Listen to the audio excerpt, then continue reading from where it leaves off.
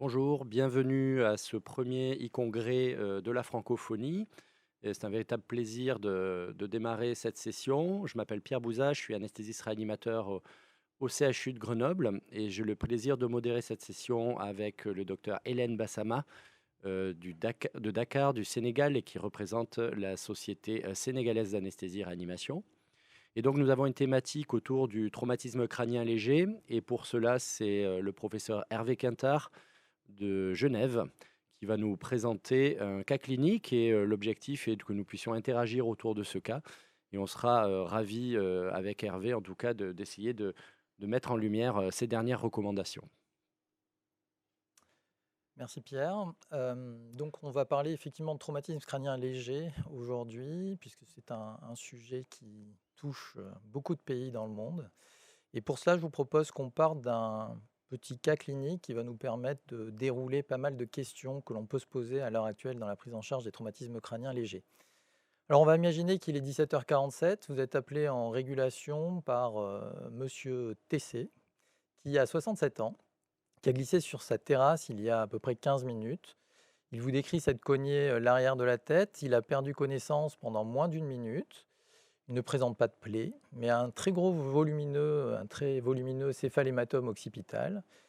Et son épouse, que vous avez eu en ligne au début de l'appel, le trouve dans son état habituel.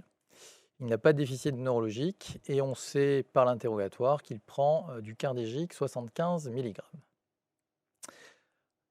Alors, avant de commencer toute chose, je pense qu'il est important qu'on repositionne un peu les définitions du traumatisme crânien léger ou mineur. Se définit par un traumatisme crânien défini par un score de Glasgow entre 13 et 15. On parlera de modéré lorsque le Glasgow est entre 9 et 12 et de sévère lorsqu'il est inférieur à 8. Alors, si on veut quantifier le nombre de traumatismes crâniens légers qu'on aurait, par exemple en France, c'est assez difficile à faire parce que finalement, tous ces patients-là ne sont pas comptabilisés parce qu'ils ne viennent pas tous à l'hôpital. Et donc, c'est un petit peu par déduction qu'on aurait une idée du nombre de patients qu'on a. Et en gros, on a en moyenne 150 000 traumatismes crâniens par an. Et si on dit que 10% correspond à des traumatismes crâniens graves, vous voyez la masse que cela peut représenter en termes de santé publique. Donc, c'est une vraie question de santé publique qui est ouverte là et qui est, à mon sens, et je pense qu'Hélène nous confirmera, un problème dans d'autres pays aussi. Donc, c'est pour ça qu'en 2022, ont été réalisées des recommandations d'experts qui ont été menées par l'ASFAR et par la SFMU, qui se sont intéressés à cette question pour essayer de guider la prise en charge de ces patients dans notre pays. Et je vais essentiellement me baser sur ces recommandations pour dérouler ce cas clinique et voir en quoi celles-ci ont apporté des nouveautés dans la prise en charge des traumatismes crâniens légers. Alors, la première question qu'on se pose face à ce genre de patient et qui est légitime, c'est de savoir si la personne est au téléphone, s'il faut qu'elle arrive jusqu'à l'hôpital. Les experts qui s'étaient penchés sur cette question-là ont été relativement clairs sur les indications de rapatriement, entre guillemets, au niveau des centres hospitaliers, en définissant des critères qui, pour eux, sont rédhibitoires sur le fait de laisser ces personnes-là à domicile. Ce sont essentiellement des patients qui ont des troubles de la coagulation préexistants, soit par une maladie de base, soit par un traitement anticoagulant qui est pris. Ce sont les patients qui ont plus de 65 ans et qui ont un traitement antiplaquettaire qui est pris, donc une grande partie de la population quand même, au vu des préventions secondaires et primaires que l'on peut avoir, au-delà de 65 ans. Des patients qui ont associé au traumatisme une intoxication qui peut être soit médicamenteuse, soit alcoolique. Et puis, si vous avez dès l'interrogatoire en régulation une description de vomissement, de perte de connaissance, d'une amnésie qui dure plus de 30 minutes, de convulsions, d'un déficit focalisé, d'une altération de la vigilance, ou alors de signes de traumatisme très violents, avec en particulier les hématomes en lunettes, ou alors des déformations au niveau du crâne, une signe de fracture de la base du crâne, tout cela doit amener de manière systématique ces patients au niveau de l'hôpital. Pour tout le reste, ce qui correspond quand même à une large proportion de malades, Si la personne peut être surveillée au domicile avec quelqu'un, on peut envisager de la laisser au domicile et de ne pas la rapatrier pour éviter effectivement une surcharge importante au niveau des structures. Hervé, donc si on revient sur ta slide de présentation du cas, celle d'avant, la première avec le cas clinique, pardon. Ici, il y a quoi du coup comme facteur de risque qui ferait qu'il faudrait qu'il aille à l'hôpital? Il y a l'âge, c'est ça? Alors l'âge et la prise effectivement de cardégique qui est associée dans son cas-là. Il n'y a pas eu de perte de connaissance prolongée. Il a l'air au niveau neurologique assez stable. Et donc la question de le ramener, celui-là, elle est présente. Et le céphalématome. Imaginons, je me faisais cette réflexion, donc dans un contexte, donc on va essayer de se placer dans un contexte qui est différent de celui de la France, hein. Je pense que c'est quand même l'objectif Tout à fait. aussi de ce congrès. Imaginons, il avait moins de 65 ans. Si on suit stricto sensu les recos, moins de 65 ans, alors cardégique, ok, mais c'est surtout le céphalématome en fait qui ferait que peut-être on aurait besoin de l'amener à des signes de traumatisme là, Les qu'on signes aurait de besoin de traumatisme. l'amener éventuellement à l'hôpital. Voilà. Mais Alors, dans un contexte peut-être où ça serait éloigné, etc., peut-être qu'on donnerait une autre consigne. exactement. Alors c'est un céphalématome, alors ça veut dire tout et rien, j'ai envie de dire, parce que Ouais. c'est c'est un hématome qui peut être sous-cutané ou autre. Il faut vraiment regarder s'il y a une déformation au niveau de la boîte crânienne, ce qui n'est pas toujours facile. Donc sur ces cas un petit peu limites, en tout cas en termes de détection, la sécurité quand même de les rapatrier si on a des doutes. Je ne sais pas si Hélène, vous de votre Alors, côté, vous auriez des... je voudrais juste revenir sur un peu notre épidémiologie à nous. On reçoit énormément de traumatismes, de traumatisés. C'est la première cause en fait de handicap en Afrique chez le sujet jeune. Donc c'est vraiment un gros problème de santé publique. Et les traumas crâniens légers ont une incidence encore beaucoup plus importante que les traumas crâniens graves. Alors, ce qui va changer, c'est que la régulation, les SAMU sont peu présents en Afrique, surtout au Sénégal, même si depuis le Covid, la population, c'est un peu mieux ancré dans les populations. Donc, la majorité de ces patients vont venir directement, soit dans les services d'accueil d'urgence, soit dans des centres de santé où ils vont voir des infirmiers ou bien des médecins généralistes. Et donc, ce serait bien à notre niveau que ce screening, qui est assez simple et qui est vraiment praticable dans notre contexte, qu'on puisse nous le diffuser au niveau des SAU, des centres de santé qui reçoivent la majorité de ces traumas crâniens légers. Voilà. Ça permet après de vous les orienter vers des centres un peu plus spécialisés. Exactement. Centres un petit peu plus spécialisés, et en particulier, et nous avons le même problème, c'est l'accès au niveau du scanner, qui est l'étape d'après, j'ai envie de dire. C'est-à-dire ces patients qui arrivent à l'hôpital, doit-on leur réaliser, et quand doit-on leur réaliser un scanner pour aller détecter les lésions potentielles au niveau parenchymateux. Le problème de ces scanners chez les patients traumatisés crâniens légers, c'est que dans la majorité des cas, quand on regarde les chiffres des différentes données qui ont été consultées, on est aux alentours de 90% de scanners normaux, à peu près 7 à 10% de lésions qui sont trouvées de tailles potentiellement très différentes les unes des autres au niveau des scanners qui sont réalisés. Et donc l'idée des réflexions qu'il y a eu dans les RPP, c'était d'essayer de définir des aides à la définition de la probabilité pré-test, si vous voulez, pour essayer de détecter les patients chez qui le scanner ne va pas être négociable, ou en tout cas en termes de délai, pour être réalisé. C'est pour ça qu'ils sont allés vers des recommandations très simples, tout d'abord d'un point de vue clinique, où l'idée est de détecter les patients à risque faible, les risques intermédiaires et à risque élevé. Ces définitions sont là aussi assez faciles à détecter en pratique clinique. Pour les risques élevés, c'est des éléments anamnestiques et cliniques. Donc on revient sur les risques élevés aux patients qui ont des anticoagulants, qui ont une bithérapie antiplaquettaire ou qui ont une maladie hémorragique. Des signes cliniques qui évoquent une fracture de la voûte du crâne ou de la base du crâne. Chez ces patients-là, on considère qu'on est à risque élevé parce que la probabilité d'avoir des lésions au niveau du scanner elle est très importante. Et puis les éléments cliniques, c'est un score de Glasgow qui est inférieur à 15 à 2 heures du traumatisme et quand on n'a pas de facteur confondant, pas d'intoxication. Si on a plus d'un épisode de vomissement, s'il y a des convulsions post-traumatiques ou s'il y a un déficit neurologique focalisé, ceux-là, c'est les patients qui doivent être surveillés, qui doivent être envoyés au scanner. On en rediscutera le plus rapidement possible. Et puis, il y a une classe intermédiaire qui est peut-être un petit peu plus difficile à gérer. mais qui, elle aussi, va pouvoir être évaluée avec d'autres techniques pour essayer de nous aider dans l'indication rapide du scanner. Ce sont les patients qui ont un âge supérieur ou égal à 65 ans avec une mono-antiagrégation plaquettaire. Donc, on est dans ce cadre de figure-là pour ce patient-là, par exemple. Le score de Glasgow qui est inférieur à 15 à 2 heures du traumatisme avec une intoxication, donc qui nous biaise dans le raisonnement. Un traumatisme avec une cinétique élevée, et vous voyez en bas dans l'encadré les différentes causes de traumatisme élevé, c'est l'éjection d'un occupant du véhicule, un véhicule qui est retourné, donc une cinétique qui est importante, un piéton, un cycliste renversé et sans casque, là ce sont des éléments de gravité, ou la chute d'une hauteur supérieure à 5 marches ou supérieure à 2 mètres. Donc choses qui sont qui sont retrouvées dans la littérature, c'est pour ça qu'on a ce genre de chiffres qui sont donnés dans ces recommandations. Et puis dans l'examen clinique, c'est une amnésie des faits de plus de 30 minutes avant le traumatisme. Ça classe le patient qui se présente à l'hôpital ou qu'on veut évaluer en risque intermédiaire. La difficulté qu'on a avec ces patients en risque intermédiaire, c'est qu'une partie de ces patients vont avoir des scanners qu'on va peut-être vouloir réaliser en urgence et on se retrouve dans des situations où des fois le scanner n'est pas disponible ou parfois on n'a pas de scanner.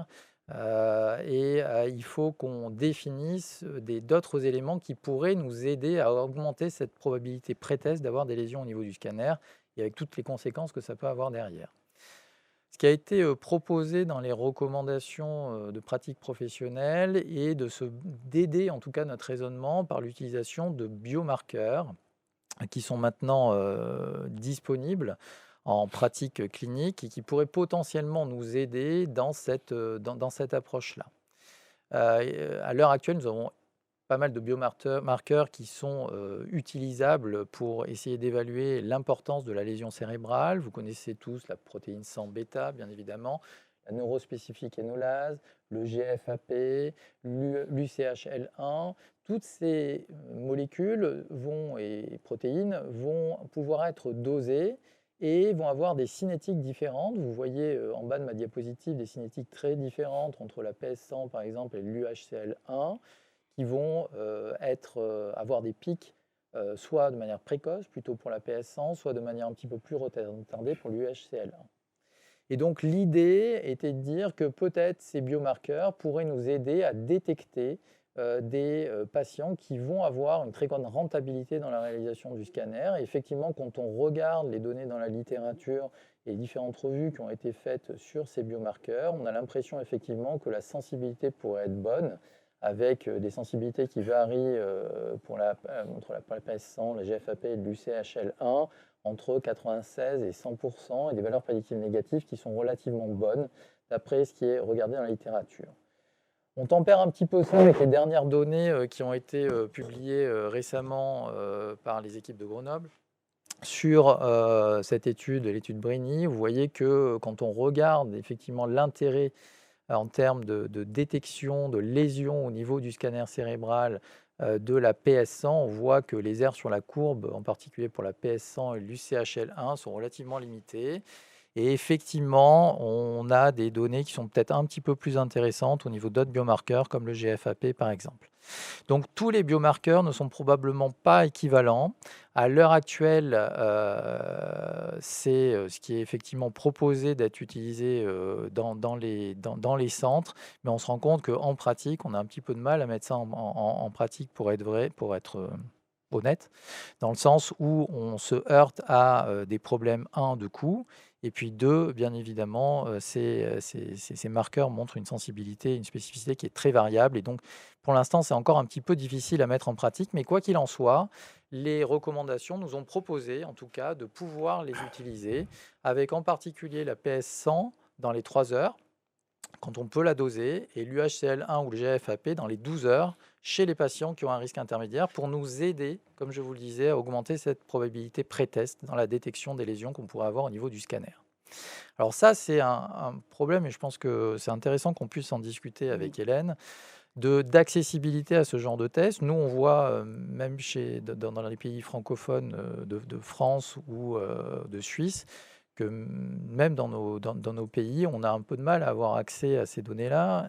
Où vous en êtes, vous, dans votre Alors, où pays, par on exemple, en est Sénégal? d'abord par rapport aux différents risques que tu as présentés, les profils qu'on aura, ce sera plus des risques intermédiaires, des sujets jeunes qui ne sont pas forcément sous anticoagulants, qui ont fait un accident de la voie publique, c'est-à-dire les transports publics avec plusieurs passagers qui peuvent faire des tonneaux. Et dans ces passagers, il y aura des traumas crâniens légers avec des risques intermédiaires. Donc, c'est plutôt ce profil de patients que nous allons recevoir. Et donc, les biomarqueurs, comme tu l'as expliqué, ils ont une place importante pour pouvoir décharger les services des urgences, faire moins de scanners, parce qu'on a le même problème que vous. Et ma question, en fait, c'est encore une. Nous, on est souvent sur le coût. Quel est le coût de ces biomarqueurs? Parce qu'à la rigueur, s'ils coûtent aussi cher qu'un scanner, on va perdre plus de temps pour les obtenir. Et donc, peut-être qu'on va directement passer soit au DTC, soit au scanner. Donc, le problème qui se pose, voilà, c'est une question de coût. Et quel est l'intérêt que ça va, le bénéfice que ça va rapporter aux patients. Donc, Sachant que la philosophie quand même des biomarqueurs sanguins a beaucoup été développée dans des pays avec des problèmes d'accessibilité aux scanners, hein. C'est énormément, par Ouais. exemple, les pays nordiques, Norvège, etc., où il y a des grandes distances entre de potentiels traumas et ok. l'imagerie. Et comme eux n'ont moins de problèmes quand même financiers, ils sont arrivés à développer des biomarqueurs en disant, avec des temps d'extraction qui sont longs, hein, pour amener le patient au scanner, en disant ben, plutôt dans l'esprit de dire valeur prédictive négative, c'est-à-dire que j'ai pas d'élévation des biomarqueurs, une série S100, UCHL1, GFAP. A priori, je ne vais pas retrouver de lésion au scanner et donc j'ai pas besoin de déplacer le malade. Donc on est vraiment dans ces. Il faut pas perdre de vue que c'est eux beaucoup qui ont développé cette philosophie pour des raisons d'accessibilité au scanner. Après, c'est vrai qu'en France, où il y a quand même beaucoup de scanners par habitant, hein, si on regarde, on peut s'attendre à. Parce que finalement, les biomarqueurs sont utilisés en screening, mais du fait quand même des faiblesses méthodologiques que tu as dit, c'est-à-dire qu'on voit bien que même quand c'est élevé, c'est pas parfait, hein, pour prédire les lésions. Je suis pas. Enfin, le réflexe, c'est quand même d'aller quand même très régulièrement au scanner. Il y a quelques équipes qui disent OK, biomarqueur négatif, pas de scanner. Et en gros, il peut rentrer à la maison avec une surveillance. Mhm. Mais c'est vrai que du fait de quand on a le scanner un peu facile, je te rejoins là-dessus. C'est-à-dire que quel est le. C'est difficile, à mon avis, de placer le dosage. Si effectivement c'est le même coût qu'un scanner, si tu n'es pas capable de déporter l'analyse biologique dans un endroit où tu n'as pas le scanner, parce que Oui. finalement, si tu n'as pas de laboratoire, souvent ça peut. Si tu n'es pas capable de créer un laboratoire là-bas, ça vaut pas le coup en fait. Et on a envie de dire qu'il faut mieux finalement bien screener les malades sur le scanner. Et est-ce qu'on a d'autres outils? Donc, si on n'a pas les moyens de faire ces dosages sanguins, est-ce qu'on a d'autres outils pour essayer de sensibiliser un peu le scanner ou de mieux trier les patients, quoi? C'est ça, en fait. Ouais, je pense que c'est la vraie question. C'est pas forcément le type d'outil qu'on va utiliser, mais celui qu'on manie le mieux et qui va nous permettre de nous guider dans notre prise en charge. Là, ce qui ressort effectivement dans les biomarqueurs, c'est que ça pourrait nous éviter en gros 30%, donc on prend les études de scanners qui ne seraient pas utiles. Et en pratique clinique, on est plus aux alentours de 10-15%. Donc on est quand même loin du gain qu'on pourrait espérer. Alors qu'est-ce qu'on a d'autre comme moyen potentiel pour nous aider à screener ces malades? Il y a bien sûr, on va rechercher des techniques non invasives. Il y a des évaluations qui ont été faites avec ces techniques non invasives, comme par exemple le diamètre du nerf optique, hein, qui est assez simple à réaliser. Maintenant, les appareils d'échographie sont très développés. Dans les pays d'Afrique, il y a beaucoup d'échographies qui sont réalisées. Est-ce que le Doppler du nerf optique nous permettrait de nous aider là-dessus? La réponse est probablement non, parce que ça marche relativement bien, comme on le sait, dans les traumas crâniens graves, où là, l'hypertension intracrânienne est importante, mais quand on a des hypertensions intracrâniennes peu élevées, la sensibilité et la détection, va être relativement limitée. C'est un petit peu la même chose avec le pupillomètre. Il y a pas mal d'études là aussi qui ont très bien corrélé le pupillomètre, le NPI ou autre, avec l'hypertension intracrânienne, mais dans les traumatismes crâniens élevés, importants. Dans les traumatismes crâniens bénins, malheureusement, la corrélation est relativement mauvaise. Par contre, là où il y a peut-être un intérêt, Et tu nous diras un peu ce que tu en penses, Hélène, c'est dans l'utilisation du Doppler transcrânien, où là, même dans les traumatismes crâniens mineurs, eh bien, le Doppler pourrait nous aider à avoir une idée un petit peu du risque d'évolution secondaire chez ces patients-là, même en screening, hein, on va en reparler un petit peu plus tard après, mais en screening pour un peu orienter les patients. Je ne sais pas si c'est ce que vous faites en pratique, vous. Oui, effectivement, en pratique, bon, on n'a pas encore de Doppler transcrânien dans tous les centres de services d'urgence parce que c'est géré surtout par des urgentistes et des médecins généralistes encore. C'est plutôt nous, les REA, qui en faisons énormément. Mais pourquoi pas, on intervient, nous, les REA, souvent dans ces services d'urgence et je trouve que le Doppler transcrânien pour screener ces patients est l'examen, en tout cas, idéal pour nos pays. C'est pas cher, c'est reproductif, ce n'est pas invasif. Et en attendant de faire le scanner, c'est un bon moyen d'avoir une orientation pour ce type de patient. Sur la pupillométrie, juste pour modérer ton propos, Hervé, alors certes, il y a actuellement beaucoup d'études sur pupillométrie et TC grave, mais en fait, pour le moment, la pupillométrie et TC mineur, c'est en cours d'exploration. Je sais qu'il y a pas mal de fédérations sportives notamment qui sont intéressées à la pupillométrie et tout ce qui est phénomène de perte de connaissance sur les terrains. Il y a probablement certains paramètres de la pupillométrie qui pourraient être associés quand même à des risques soit d'aggravation, soit des risques éventuellement de syndrome subjectif des traumatisés, etc. Donc c'est en cours d'exploration. Donc effectivement, on sait que la pupillo, ça ne marche pas pour prédire en gros la pression intracrânienne, je crois que c'est assez clair. Par contre, il y a sur le TC mineur, je dirais que c'est encore en cours de développement. Il ne faut pas dire, enfin on ne sait pas encore si c'est vraiment utile ou pas. Et peut-être là, tu as présenté les données Doppler. Le Doppler, c'est clair, et actuellement, c'est l'outil à la fois le plus facile et le plus associé avec la nécessité de triage, en fait. Mais c'est vrai qu'on le place souvent dans l'étude que tu as montrée, je pense, après, on le place souvent après le scanner.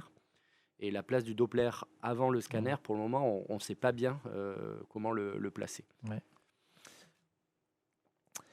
Effectivement. Alors, comme on le disait tout à l'heure, effectivement, le scanner reste quand même la pierre angulaire de la prise en charge de ce genre de patients-là. Là aussi, les experts, une fois qu'on a un peu screené ces patients et qu'on décide d'orienter le patient au niveau du scanner, ont essayé de définir des timings minimaux qu'on pourrait proposer pour la prise de ces patients au niveau du scanner, pour nous aider, je pense bien évidemment au niveau des directions à essayer de défendre des dossiers. Il est clair que dans les traumatismes crâniens mineurs à risque élevé, là, la probabilité d'avoir des lésions au niveau du scanner qui vont avoir des conséquences au niveau thérapeutique, elle est majeure. Donc, idéalement, ce qui a été proposé, c'est de réaliser ce scanner dans l'heure de l'admission, ce qui est un challenge dans nos services, mais en tout cas, c'est ce qui est soutenu par ces recommandations. Et pour les patients à risque intermédiaire, après tout le screening dont on vient de parler, avec les différents moyens qu'on peut utiliser, celui-ci devrait être réalisé en minimum pendant les 8 heures où le patient va dans les suites du patient qui arrive à l'hôpital. Donc ce sont des délais qui sont excessivement courts, que même nous, on a du mal à mettre en place dans nos services à quelques mètres d'ici. Est-ce que vous êtes dans ces timings de prise en charge-là au Sénégal, par exemple? Alors, pour le Sénégal, le scanner cérébral le plus précocement possible, c'est compliqué. Parce qu'on a un problème de disponibilité de ces scanners dû à l'insuffisance de ressources humaines, dû à l'insuffisance, comment dire, dû au coût aussi des scanners, parce que peu de patients ont une assurance qui peuvent leur permettre de payer directement le scanner. Dans les gros CHU, comme dans le mien, au CHU de Fannes, bon, c'est facile d'avoir le scanner, mais dans la majorité des centres, c'est un peu plus compliqué. Donc, mais je trouve que cette diapo reste importante. Je pense qu'il faut la garder. En tout cas, pour nous, il faut la garder. Il faut que ce soit un plaidoyer, il faut que ce soit un challenge. Il faut qu'on arrive à ces heures parce que ça reste encore le trauma crânien, un problème de santé publique. Ce sont des sujets jeunes et il faut que nous, on arrive à avoir des scanners les plus précocement possible. Donc, je trouve ça important. Et ce que je voudrais rajouter, c'est que si on est très dogmatique et qu'on suit les recommandations, on sait qu'on va avoir le scanner dans les 8 heures, 12 heures de temps. Entre-temps, je pense qu'on peut faire le Doppler transcrânien. Donc, à la rigueur, le scanner tarde à arriver, faisons le Doppler transcrânien qui va nous donner des orientations, le temps d'avoir le plus tôt possible un scanner. Mais cette JAPO est hyper importante. Oui, c'est un Ouais, objectif à essayer. ouais, à essayer d'atteindre. Alors, on réalise le scanner chez ce patient-là. Ce qu'on trouve, c'est une PTJ frontale millimétrique, un céphalématome occipital. Il n'y a pas de lésion osseuse, c'est ce qu'on disait tout à l'heure, post-traumatique chez ce patient-là. Alors, la question qui va se poser, c'est comment allons-nous gérer ce patient dans les suites? Quel est le risque d'aggravation chez ce patient-là? En pratique, chez les patients traumatisés crâniens mineurs avec lésions cérébrales découvertes au scanner, le risque d'aggravation secondaire est relativement limité, mais il existe chez certains patients. Il faut qu'on arrive à détecter les patients qui potentiellement vont s'aggraver. Il y a eu ce travail qui a été réalisé il y a quelques années par Pierre, qui avait montré que là, le Doppler pouvait se positionner. Donc, on avait vu, on peut le positionner en pré, mais on peut également le positionner en post, avec des index qui sont maintenant bien définis. L'index de pulsatilité à 1,25 et des vitesses diastoliques à 25 cm/s sont des critères qui vont nous donner une très bonne valeur prédictive négative. C'est-à-dire que quand on n'a pas d'augmentation de l'IP ou de diminution des VD, eh bien, on va, des deux en particulier, eh bien, on va pouvoir se dire ce patient-là, ça va aller. On va être moins anxieux sur l'évolution de ces patients-là, quand on peut le voir sur ces diagrammes qui sont représentés. Et donc, ça va nous aider à orienter le patient sur la filière de soins qui va suivre. Et donc, c'est pour cette raison-là que les experts ont positionné le Doppler transcrânien dans l'évaluation post-scanner et pour l'orientation, pour évaluer le risque d'aggravation neurologique chez ces patients-là. Je pense que vous aussi, vous l'utilisez probablement dans les suites d'un scanner ou Oui, on l'utilise dans les suites d'un scanner, comme je vous l'ai dit. Et donc, cette JAPO confirme un peu mon propos, avait une très bonne valeur prédictive négative. Donc, oui, c'est aussi un plaidoyer pour tous les urgentistes qui sont au Sénégal et en Afrique pour se mettre au Doppler transcrânien. C'est facile à apprendre, il n'y a pas une longue courbe d'apprentissage. Et la valeur prédictive négative montre que c'est assez fiable pour le faire assez facilement. Et probablement que le Doppler, enfin là on a fini d'inclure des malades, on est en train de regarder si aussi ça peut accélérer la sortie. C'est-à-dire que là, on se dit, si le Doppler est normal, finalement, merci, vous pouvez rentrer à la maison, quoi, c'est sur l'orientation. après le scanner, quoi. Donc ça peut être aussi intéressant pour la mise à la rue plus précoce, quoi. D'accord. Deux questions qui restent encore à suivre, c'est qu'est-ce qu'on va faire de cette lésion-là? Est-ce qu'il faut traiter ce patient? Est-ce qu'il faut lui donner des traitements qui vont antagoniser les potentiels traitements anticoagulants ou antiagrégants? C'est souvent une question qui se pose, avec un bénéfice-risque qui est souvent discuté, en particulier chez les patients qui ont des prothèses ou qui ont des nécessités d'avoir des anticoagulants. En ce qui concerne l'aspirine, les experts se sont bien positionnés. Il ne faut pas neutraliser l'aspirine en tant que telle pour limiter le risque d'aggravation neurologique. Par contre, en ce qui concerne le clopidogrel, le prasugrel, le ticagrelor, les inhibiteurs des récepteurs P2, Y12, eh bien dans ces cas-là, les experts ne se sont pas positionnés dans ce contexte et on s'adapte un petit peu à la situation. Pour les autres anticoagulants qu'on peut utiliser, qui sont les antivitamines K, dans ces cas-là, ou les antidiabétiques oraux, l'idée est effectivement de réverser ces traitements-là. Alors, pour les AVK, bien évidemment, avec la vitamine K, le PPSB, 25 unités kilo, contrôler l'INR de manière systématique pour contrôler, effectivement, éviter le risque de saignement.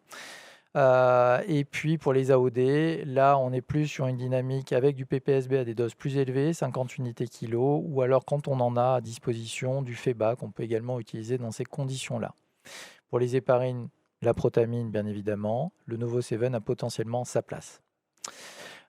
Sur ces données-là, le problème est l'accessibilité à ce genre de médicaments qui peut être variable effectivement selon les pays. Ça, je dirais que c'est finalement un problème qu'on rencontre dans d'autres types de saignements, donc il n'y a pas forcément de spécificité dans le traumatisme crânien. Par contre, la question qui va se poser par la suite et sur lesquelles les experts ont réfléchi, c'est l'imagerie de contrôle. Ce qui pose souvent un problème, est-ce qu'il faut garder les patients pour faire de l'imagerie de contrôle? Est-ce qu'il faut la faire? Est-ce qu'il ne faut pas la faire? Les choses sont maintenant assez claires. On limite énormément la réalisation de scanners de contrôle du fait, de l'accessibilité, surtout de l'accessibilité au niveau du scanner.